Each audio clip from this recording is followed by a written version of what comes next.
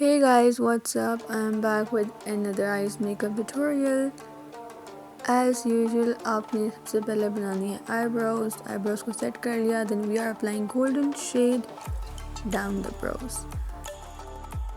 Eyes makeup start करते हैं with the help of pink shade and pink obviously gives girly vibes. Pink shade को हमने coat करना है, उसके ऊपर हम शॉकिंग पिंक या डार्क पिंक यूज़ करेंगे और हम उसको ब्लेंड करेंगे, करते जाएंगे blend. And I guess this is shocking pink.